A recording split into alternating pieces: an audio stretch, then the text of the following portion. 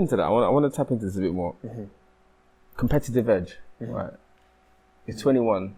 You're around adults, some 36 plus or in their 30s, and you're creating a name for yourself. Tell me about your thought process, your mindset in upholding in this kind of environment. What does it take, and how do you feel yourself? So I'm always wanting to be competitive, like whatever I do. And I think the most important thing is you have to go and get it. Like you have, like if you want to be involved, and this is not to say that I'm sometimes I'm not in the squad. I'm not always playing, like, but to be involved, you have to go and get it. Like, these guys have experience over you. They have body maturity over you. Their bodies are more mature, more robust, maybe. But what you have to have is that competitive edge to try and get it. And I think a lot of people almost give up on themselves and give up. And it's so important just to have that belief that you can do it, that you can just go and use what you have, like use all the tools that you have.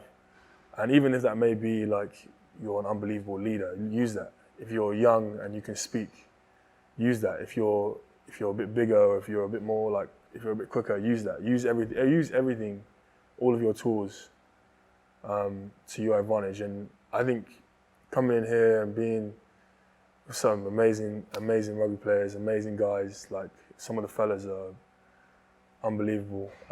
You kind of have to almost step up. You know, you have to, in a team environment especially, you have to kind of step up. And the most important thing is that you're never ever like detrimental. You're always positively competitive. You're never trying to go one up all the time or doing stupid things. I think that's where the respect comes into it. Do you understand? Like, you have to be respectful, but then when it comes time to be on the pitch, you know, you do your thing. And that's the most important thing, is you have that competitive edge, but it doesn't boil over into nastiness, and you're always respectful. This is a very competitive as well as dangerous sport. You know, it's dangerous. You know, in the sense that it's very physical, body demanding. You know, you're training 4 or 3 times a week, you know, aggressively. You recently had an injury, right? Yeah, my ankle. How do you deal with setbacks like that?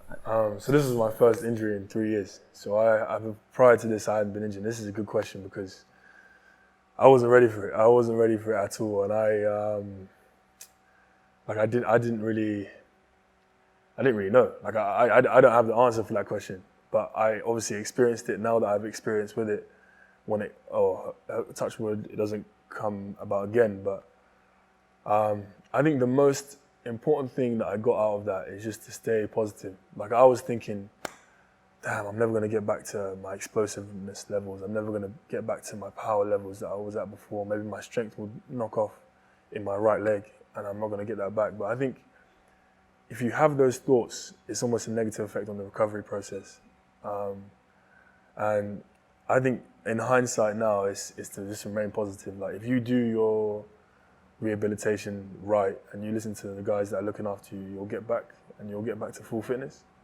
But saying that, like, I was in a bit of a negative spiral, and I kind of was coming into the club, getting treatment, doing my rehab, doing my fitness to stay fit, and it was, some days it would get worse. It would go back, and I would be like, damn, this is not going to be right. This is not going to get back. But then I think you use all of the little progressions as the positivity that you need to just keep going. So some days I come in and I feel great, and I'll be like, damn, I'm gonna go do some hops today. Like, and then some days, and they'll sit me back. And I think the experience that I gained through that is just to kind of just be positive with it. Like, you know, like it will be okay. Like, you know, like you'll be able to rehab right to get back to that level again. And you have to keep that in your mind, because if you let those negative thoughts come in, it's so detrimental to the whole process. But yeah, that was tough, man. That like, injuries are probably obviously the worst part of sport, and they're inevitable. Like, you know, you're going to be injured. But yeah, it's mentally, not just on your body, like mentally it's tough because at the end of the day, this is my career, this is what I want to do. And like, you have to kind of always be hopeful that you can get back to doing what you do and what you love doing. And that was the main thing. That's the main thing, just to remain positive throughout the whole process. Like, you're going to get back. It's tough. Who is Nick Aoski? Isiekwe, you almost got it. Isiekwe, I'll say it one third. I know, Isiekwe. Who is Nick Isiekwe? I think I'm just kind of an easygoing guy. Like, I enjoy getting to know people. I look at it as if, like, you know, I'm an easygoing guy, like, but also I'm competitive. Like, even in everyday life, I'm competitive. But also, I like meeting new people. I like speaking to people. I like integrating with people. And then I'm a rugby player. And I'm a family man. I love my friends. I love my family. But yeah, I feel like I'm a bit of a people person. Like, I like speaking to people and getting to know people. But yeah, rugby player second. And then, like, you know, family man, friends, people person. What would you tell that 18-year-old Nick that was on the pitch saying? 15-year-old. 15-year-old. What would you tell your 15-year-old self that you've learned so far? It's tough. Like, I think just keep going with it. Like, there'll be times where I'll be doubting whether I'll, you know, be kept in for the next batch of academy time. You know, like, there were times where I'd be like, I'm gonna be cut. And then because I never really wanted to think about plan B. That was my thing growing up. I never really wanted to think about, man, I'm gonna have to work hard in school now. Like, I never really wanted to think about that. Like, obviously you have to work hard in school. Like, that's not to say that I didn't, but like, I never really wanted to think about plan B. So I would go back and tell myself, just don't doubt yourself. Like, just believe in yourself. Don't think about plan B. Stop thinking about plan B. Like, this is what you want to do, so go and do it. Like, stop thinking about what if this, and then I have to do this. No. You think about plan A, and that's your plan. Don't think about, like, ulterior things. Don't let that get in the way of your tunnel vision towards plan A. That's the most important thing, is that people get sidetracked. People think about plan B before they've even done plan A. People think about the road of this, and this before they've got to this, you know? But that's what I'd say to him. Just don't doubt yourself, believe in yourself, and just don't think about plan B. Just leave it. Where do you see yourself 5 years from now? I want to be the best I can be, personally. I want to get so a lot of people always talk about potential. I want to be the best I can be, and I want to be playing at the best level that I can be playing at. That's the most important thing. And also, like, you know, having my family and friends there with me, having them along with me, the guys that are around me, the guys that have been with me since I was 15. You know, having everyone around me, and just trying to have a positive influence on people. You know, like, whether it be having a good time, or whether it be on the pitch, giving maybe some wisdom or whatever. Just having a positive influence on people. That's the most important thing. I don't want to be bringing people down. I don't want to be depowering people. I want to be trying to empower people as much as I can. And you know, anyone can do anything. So why not go and do it? That's the most important thing to me. In 5 years' time, and then 10 years' time, and then 15 years, and then, you know? Then more competitive. Yeah, because it's a positive outlook is the best outlook. So I definitely believe in everything you do. Just even your level of dedication, your commitment, and just the way you carry yourself, I think is an amazing thing to witness. And I think just I'm amped and excited to see everything that's about to develop from you. Thank you. Playing for England soon again. And the season as it starts. But listen, thank you very much for sharing, giving us that time. You're the man. I really appreciate it, brother. All good, man. So tell me a bit about your mindset right now. You're in pre-season, you're training. Yeah. So we're this is our block 1 done now. So we have a few days off. But we're basically just gearing up. Pre-season is all about gearing up for the demands of the season. It's tough. It's tough. So we start in October, end of October. So we'll have 4 warm-up games, or 4. So they're called the Premiership Cup games. Yeah. We'll play in those, and then we'll be ready for the season, which starts at the end of October, 19th of October.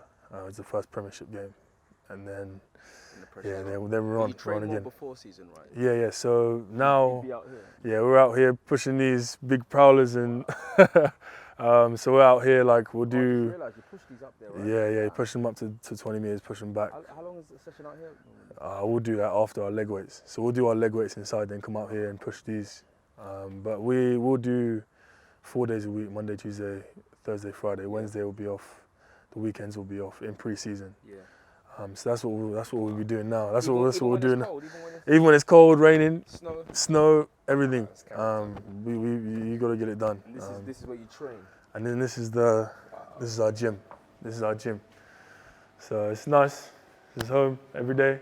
I love it. I love the words. Honestly, yeah. So that's our like kind of club ethos. That's kind of what we're about. You guys are still very ingrained in the mind, like feeding yourself the words and reminding yourself of. Yeah, this is kind of like what we kind of live by, I suppose, and this is what we judge ourselves by. This must stand for TS. The shit people don't see. So people don't see it. So, kind of pride ourselves on that, but no, it's. The real angle in here. Nah, this is a rugby, whatever goes gym, just lift it. But yeah, this is where we kind of, this is the lab. Yeah, so this is it. Training's on now. Yeah, so we have 10 days off now. So rest, do a bit of individuals training, and then come back in on 12th of August. Go again, block 2. What's your mind like right now getting into season? Just get ready. So 2 months away, just get ready. I need to get ready. So for us, it's a massive opportunity with the World Cup. For us young guys, like we can kind of step up and try and fill, because obviously guys go away and play for England, their countries, Wales. So we can kind of be more involved with it. Like us young guys can step up and have more pressure on our shoulders to perform, because there's hopefully going to be 6 games. Hopefully the England boys go and win the World Cup.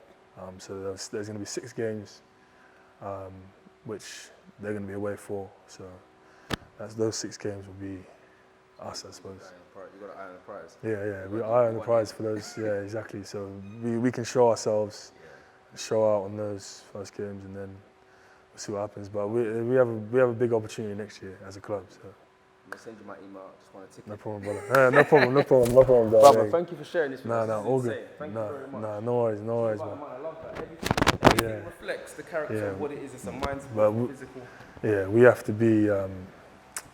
We have to make sure that the bubble is the most important thing for us. So, but we all good. Let's go, baby. Oh, perfect.